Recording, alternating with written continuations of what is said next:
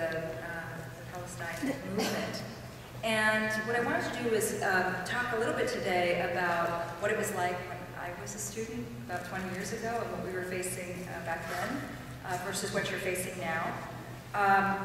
What the different models are to be able to advocate for Palestinian rights, and really whether any of these work, and then propose my own suggestion. So I'm going to try to speak as short as possible because I find that the Q&A is much more exciting. And but if I'm more than 45 minutes, throw something in, please. I don't notice that. So the first thing is I wanted to say, you know, it's yesterday's vote before UNESCO was actually very telling of where Palestine is in terms of, not just in terms of the world stage, but in terms of international support for Palestine. And I'm not just talking about countries themselves, but about the individuals who make up these countries. You know, when I was a student more than 20 years ago, the big debate that was on campus was not the things that you're debating today. I know today you have organizations like Students for Justice in Palestine, which has branches all across the United States. I know today that there are, in some campuses, more than one Palestine movement. For example, at Brown, there's more than one Palestine group. And that the questions that are being debated today are the extent of boycotts, what we should be divesting from, how it is that we should be really advocating for Palestinian rights. This wasn't the case 20 years ago. And so you really should be applauding yourselves for how far we've come along and all of the great work that you've done. And so applaud yourselves, you don't have to do it now. But in terms of where it was when I was a student, it was a much different atmosphere and a much different time. Although I was in Canada, which I think is a lot less conservative than the United States when it comes to Palestinian rights, it was still a very, it was a very polarized period. In 1991, there was the large debates on campus were centered around the issue of a woman named Joan Peters' book. Joan Peters at the time had written a book called From Time Immemorial, in which she alleged that there was no such thing as the Palestinian people, that Palestinians were just nomads who had come in and interloped onto what was now Israel, and that the Palestinian national movement was a type of anti-Semitic movement that aimed at destroying Zionism. This book was very soundly, very neatly refuted by individuals such as Norman Finkelstein, who did what Norman Finkelstein does best, which is go through with a fine-tooth comb each and every one of the footnotes to use with her own sources to demonstrate that what she was doing, what she was saying was actually lies, and was as such discredited. But you can see where it was for us and where it is that you are today. 20 years ago, we were debating whether Palestinians existed, not whether we should be boycotting Israeli goods. We were debating whether Palestinians were people, not whether divestment should be imposed. We were debating whether Israel should even be talking to the PLO, not whether there should be ongoing negotiations and so on and so forth. So, and what we were doing 20 years ago was just trying to demonstrate that we as Palestinians exist and that we have rights. That was it. Today, it's a much different environment. It's a much more exciting environment in which there are debates that are raging on campuses, everything from the two-state, one-state debate, to the extent of boycotts, to how to divest, to how to move forward. This is something that was not present 20 years ago. And so, while I know that sometimes it's very difficult to look at and see what's happening in Palestine, and it's very easy to get depressed over it, you really have to take a step back and recognize that we've actually come a very far way in a very short period of time, 20 years. But then the question is, so if this is where we're at, how is it that we continue to move forward? What is it that we should be doing in order to continue to move forward? And there's two sort of lines of debate that are now emerging in the mainstream media in terms of how it is, what's going to work, and how it is that we can work to secure Palestinian rights. The first debate or discussion, and something that I hear on a daily basis, is if only we get back to negotiations, then somehow things are going to get better and Palestinians will end up getting a state and become free. And this is something that I actually think is very important that groups such as Students for Justice in Palestine very cleanly and very soundly and very smartly refute. And what I want to do with, I'm going to show you a couple of slides, is I actually want to show you both what the expectations were during negotiations, what happened during the negotiations period, and actually demonstrate to you where we currently are. Unfortunately, this computer did not have PowerPoint on it, so I'm going to show you a map that is, it's a rendition of it. The only thing that is incorrect about this map, which you'll see in the next slides, is that it understates the number of settlements that are in place in the West Bank today. So, in terms of the negotiations, you know, there were a couple of expectations that began when the negotiations period started. And the main expectations that existed for the Israelis was that their situation was going to get better, that they were going to have a better security situation, and that they were no longer going to have this stain of being an occupier any longer by going into negotiations with the Palestinians. And this was in 1993. And for the most part, what the Israelis, what their expectations were largely met. On the issue of recognition and the stain of being an occupier, between the period of 1993 to the year 2000, 34 separate countries ended up establishing diplomatic relations with Israel. Right? So they actually got a lot of room for beginning negotiations with the Palestinians. So 34 separate countries. They opened up trade offices in Oman and in Morocco. The peace agreement, there was a peace agreement that was signed with Jordan. All of this would not have been possible had they not entered into negotiations with the Palestinians. In addition, the Israeli economy got a huge surge because of the fact that more money was now coming into Israel in the form of US taxpayer money, and the fact that they no longer had to bear the burden of paying for, of providing any services to the Palestinians.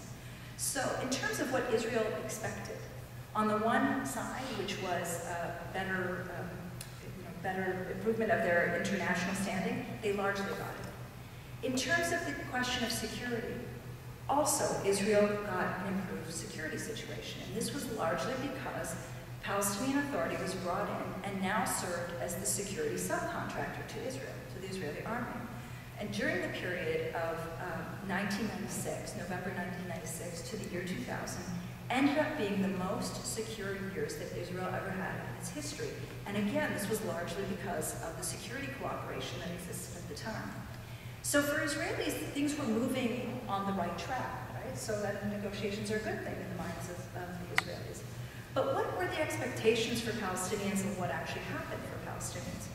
For Palestinians, the expectation was also that their lives were going to get better, that things were going to improve, that their situation was going to get better. And that was it. That was the only expectation that they had, that things were going to get better, and that within a short period of time, Palestinians, we were going to be free. That was the expectation. But what ended up happening was exactly the opposite.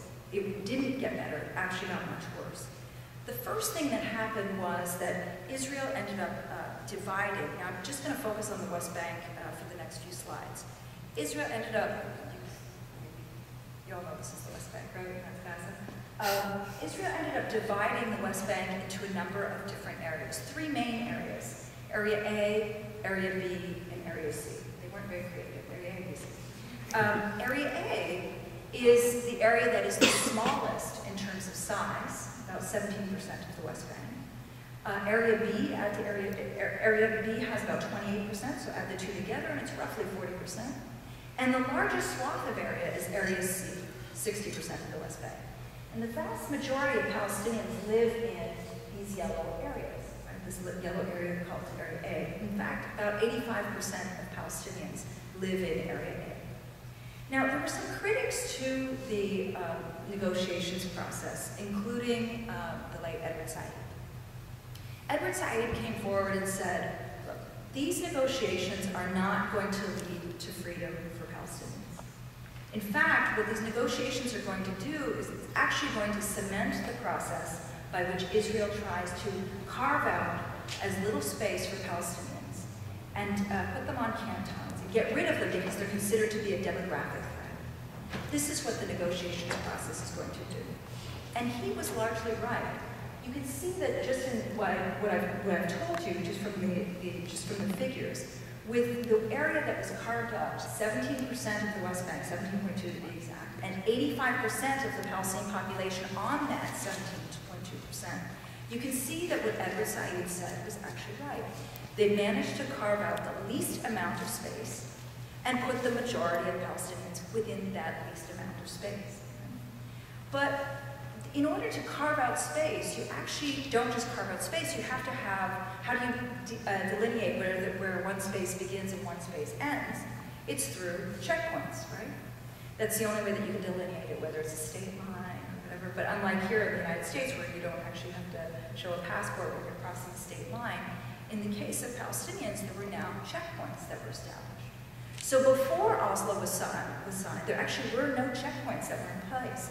If you lived in Gaza, you could travel from Gaza all the way up to Nazareth. If you lived, which is inside Israel, you could travel from Gaza to the West Bank. You could go from the West Bank into Israel. There were no travel restrictions.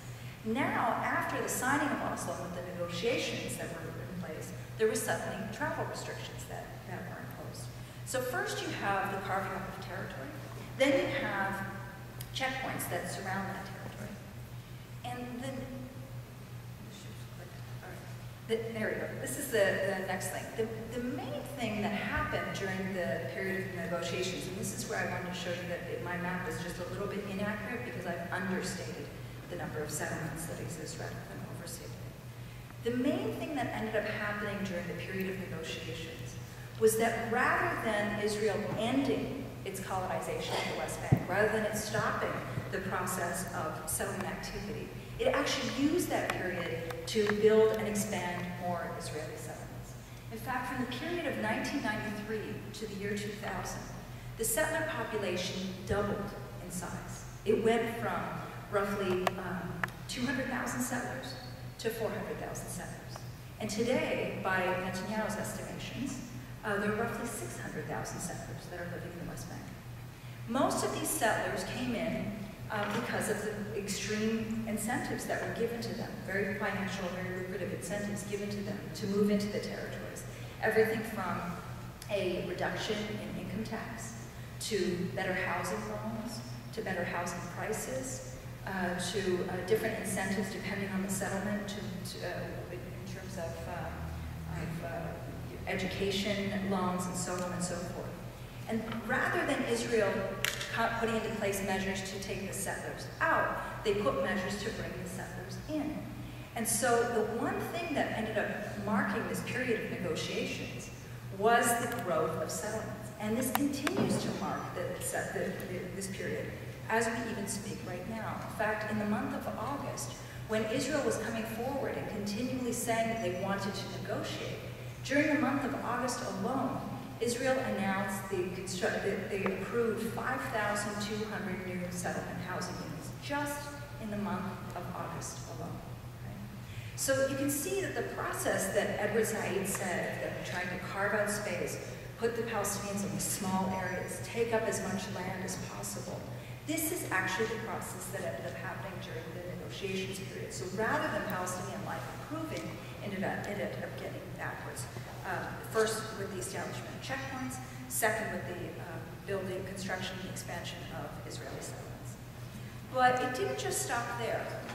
The next thing that you're going to see on this map is the road infrastructure that is in place in the West Bank. And again, this map is a little bit inaccurate because I've understated, rather than overstated, the number of roads. The roads that you see on this map, what you should find very interesting is that what they do is they connect the red dots are the settlements, right? They connect the red dots to one another and connect those settlements into Israel. That was the design, again, of these roads. Now, very interestingly today, we call these roads apartheid roads. The reason that they're called apartheid roads is because Palestinians are not allowed to drive on these roads. Now, how do you tell if it's a Palestinian who's driving on